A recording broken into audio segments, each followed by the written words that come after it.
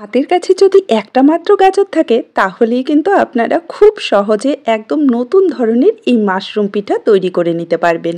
আর তার সাথে থাকছে রান্না করার ঝামেলা ছাড়া একদম নতুন ধরনের একটা পুরের রেসিপি, যেটা এই পিঠের স্বাদকে আরও দ্বিগুণ করে দেবে। যে একটা খাবে সে বারবার চাইবে। আর এই পিঠাগুলো আপনারা দু রকম ভাবে তৈরি করে নিতে পারবেন। চাইলে ভেজে খাস্তা মুচমুচে বানিয়ে নিতে পারবেন, বা চাইলে ভাপিয়েও নিতে পারবেন। একদম সহজভাবে আজকের এই রেসিপিটা আপনাদের সাথে শেয়ার করার চেষ্টা করেছি, আশা করছি ভালো লাগবে। তো হ্যালো এভরিওয়ান, কেমন আছেন আপনারা সবাই? আশা করি আপনারা সবাই ভালো আছেন and welcome to my channel.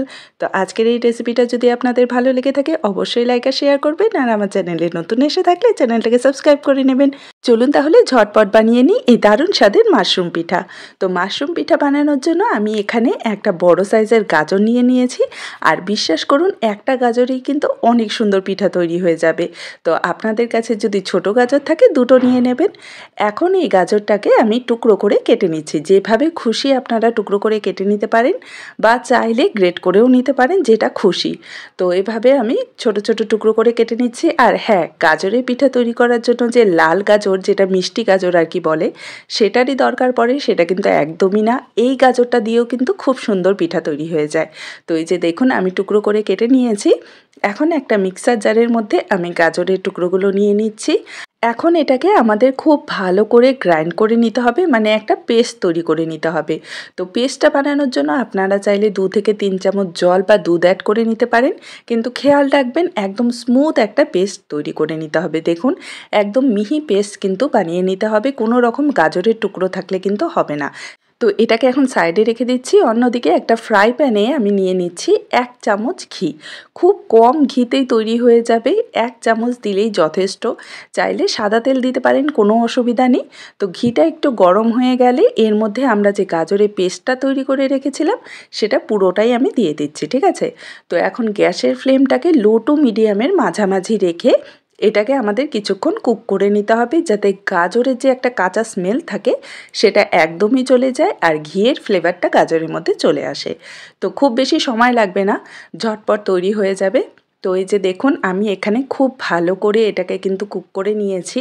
আর কতটা এটা শুকিয়ে গেছে, জলের যে পরিমাণটা ছিল সেটা কিন্তু অনেকটাই কমে গেছে। তো এই সময় আমরা এর মধ্যে অ্যাড করে দেব 2 চামচ চিনি। মিষ্টিটা যদি আপনারা একটু কম পছন্দ করেন তাহলে 1 চামচ চিনি দিয়ে দেবেন। এর সাথে আমি হাফ চামচ দিয়ে দিচ্ছি লবণ। এখন আবারও সব কিছুকে খুব ভালো করে মিশিয়ে নিচ্ছি। একবার এই গাজরের পিঠাটা তৈরি করে দেখুন, বাচ্চারা তো দেখে ঝাঁপিয়েই পড়বে, আর খেতে এতটা টেস্টি হবে যে ছোট থেকে বড় সকলেরই পছন্দ হবে। তো এই যে দেখুন, এখানে খুব ভালো করে আমি মিশিয়ে নিয়েছি। এখন এর মধ্যে আমি দিয়ে দিচ্ছি 1 কাপ ময়দা। আপনারা চাইলে চালের গুঁড়া দিয়েও এই পিঠাটা তৈরি করতে পারেন, আমি আজকে ময়দা দিয়ে বানাচ্ছি, ঠিক আছে?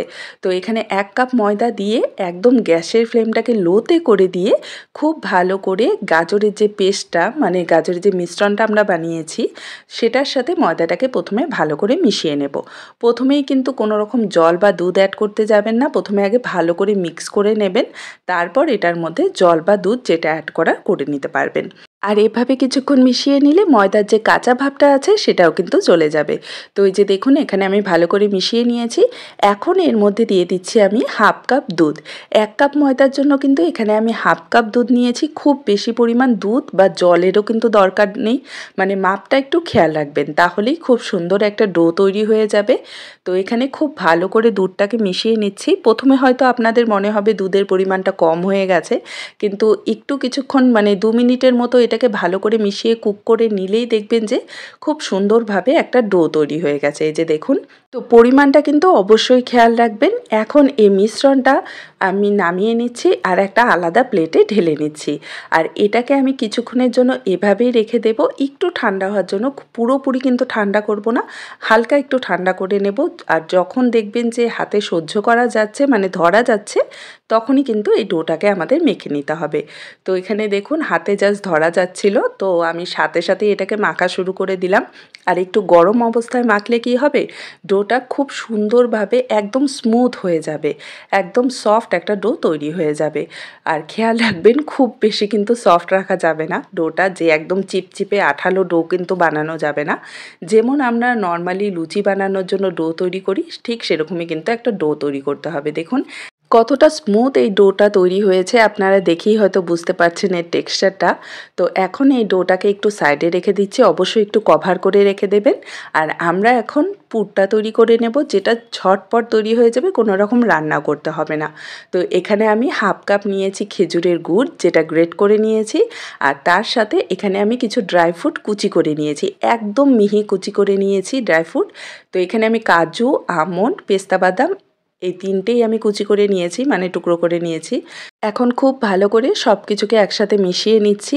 আর এই দুটো জিনিস দিয়ে, মানে ড্রাই ফ্রুট আর খেজুর গুড় দিয়ে যে পুরটা তৈরি হবে, সেটা খেতে কিন্তু অসম্ভব মজাদার লাগে। একবার অবশ্যই ট্রাই করে দেখতে পারেন। শীতের দিনে খেজুর গুড়ের ফ্লেভার তো সবারই পছন্দ। তো খেজুর গুড় আর ড্রাই ফ্রুট দিয়ে এই পুরটা কিন্তু ঝটপট তৈরি হয়ে যাবে আর খেতেও ভালো লাগবে। তো এই যে দেখুন, এখানে পুরটা একদম রেডি হয়ে গেছে। তো এটাকে সাইডে রেখে দিচ্ছি।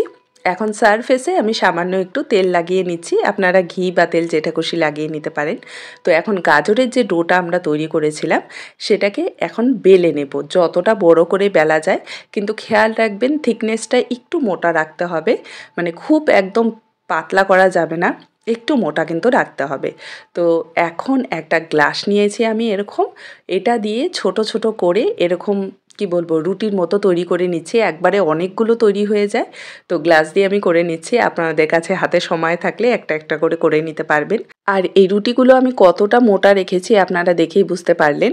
তো এই সবগুলোকে বের করে নিচ্ছি। আর এই যে বাকি যে ডোটা আছে, এটা দিয়ে কিন্তু আবারও তৈরি হয়ে যাবে। তো এখন আমি এখানে ১ কাপ ময়দা দিয়ে নর্মাল যে প্লেন আমরা ডো তৈরি করি লুচি বানানোর জন্য, সেমন একটা ডো তৈরি করে নিয়েছি। আর ১ চামচ ঘি দিয়ে কিন্তু ময়াম দিয়ে নিয়েছি, ঠিক আছে? তো সেটা আমি আর দেখিয়ে দিলাম না। তো আপনারা সবাই জানেন রুটির ডো বা লুচির ডো কীভাবে বানাতে হয়। তো প্লেন জল দিয়ে সামান্য একটু লবণ, ১ চামচ ঘি দিয়ে এটাকে ময়াম দিয়ে নিয়ে আমি ডোটা তৈরি করে নিয়েছি। তো এটাকেও একটু পাতলা করে আমি বেলে নিয়েছি, ঠিক আছে? মানে মোটামুটি এটাকে পাতলা করে বেলে নিতে হবে, এটাকে কিন্তু মোটা রাখা যাবে না। নর্মাল যে এই ডোটা, সাদা ডোটা, এটাকে একটু পাতলা করেই বেলতে হবে, ঠিক আছে? তো এখন আমরা পিঠার ডিজাইনটা তৈরি করব। তার জন্য গাজরের যে লুচিটা আছে, মানে রুটিটা আছে, সেটার উপরে একটা পেনের যে মুখা আছে, ক্যাপ আছে, তো সেটা দিয়ে আমি এভাবে ফুটো করে নিচ্ছি। দেখুন, ঠিক এরকম করে আমি একটা ডিজাইন তৈরি করে নিলাম। আর তার উপরে সাদা যে লুচিটা আছে, রুটিটা, তো সেটা দিয়ে এভাবে প্রেস করে দিলাম, ঠিক আছে? তো এখন আমরা পুরটা যে নিয়েছি সেটা এর মধ্যে রেখে এভাবে এটাকে গোল করে চেপে দেব। খেয়াল রাখবেন খুব ভালো করে চেপে দেবেন, যাতে কোনো মতেই পুরটা কিন্তু বেরিয়ে না আসে। আপনারা যদি এই পিঠাগুলো স্টিম করে নেন তাহলে অত বেশি চিন্তা করার দরকার নেই, কিন্তু যদি আমার মতো ভেজে নেন তাহলে অবশ্যই মুখটা ভালো করে আটকে দেবেন। এই যে দেখুন কত সুন্দর আর কি মাশরুম পিঠা তৈরি হয়ে গেল। ডিজাইনটা দেখতে আমার মাশরুমের মতো লাগছিল উপরটা, তাই আমি এই পিঠাটার নাম মাশরুম পিঠা দিয়ে দিয়েছি। আপনারা চাইলে যে কোনো নামে এই পিঠাটাকে আর কি বলতে পারেন। তো এই যে দেখুন, এভাবে একই রকমভাবে আমি কিন্তু সবগুলো পিঠা তৈরি করে নিয়েছি। আর কতটা সুন্দর লাগছে এই পিঠাগুলো দেখুন। চাইলে আপনারা এখনই এই পিঠাগুলোকে ভাপিয়ে নিতে পারেন, কিন্তু আমি আজকে একদম খাস্তা মুচমুচে পিঠা তৈরি করব, তার জন্য এই পিঠাগুলোকে আমি ভেজে নেব। তো একদম হালকা গরম তেলে কিন্তু আমি পিঠাগুলো দিয়ে দিচ্ছি। খেয়াল রাখবেন গ্যাসের ফ্লেমটা লোতে রাখতে হবে, আর তেলের টেম্পারেচারটা একদম হালকা গরম থাকতে হবে। আপনারা দেখেই বুঝতে পারছেন। তো যখন দেখবেন 2 মিনিটের মতো এক পাশ কুক করার পর, মানে নিচটা কুক হয়ে গেছে, তখন একদম হালকা হাতে পিঠাগুলোকে উল্টে দেব। আর তারপর লো ফ্লেমেই এটাকে আরও 2-3 মিনিট কুক করে নেব, যাতে উল্টো পাশটাও ভালোভাবে কুক হয়ে যায়, ঠিক আছে? তো এভাবে লো ফ্লেমেই কিন্তু এগুলোকে কুক করতে হবে, তাহলেই একদম খাস্তা আর মুচমুচে হবে। তো সব সময় ভাপা পিঠে খেতে কিন্তু ভালো লাগে না, বা সেদ্ধ করা পিঠে খেতে ভালো লাগে না। তাই আজকে আমি একটু এভাবে ভেজে নিচ্ছি পিঠেগুলো, যাতে খেতে আরও বেশি টেস্টি লাগে।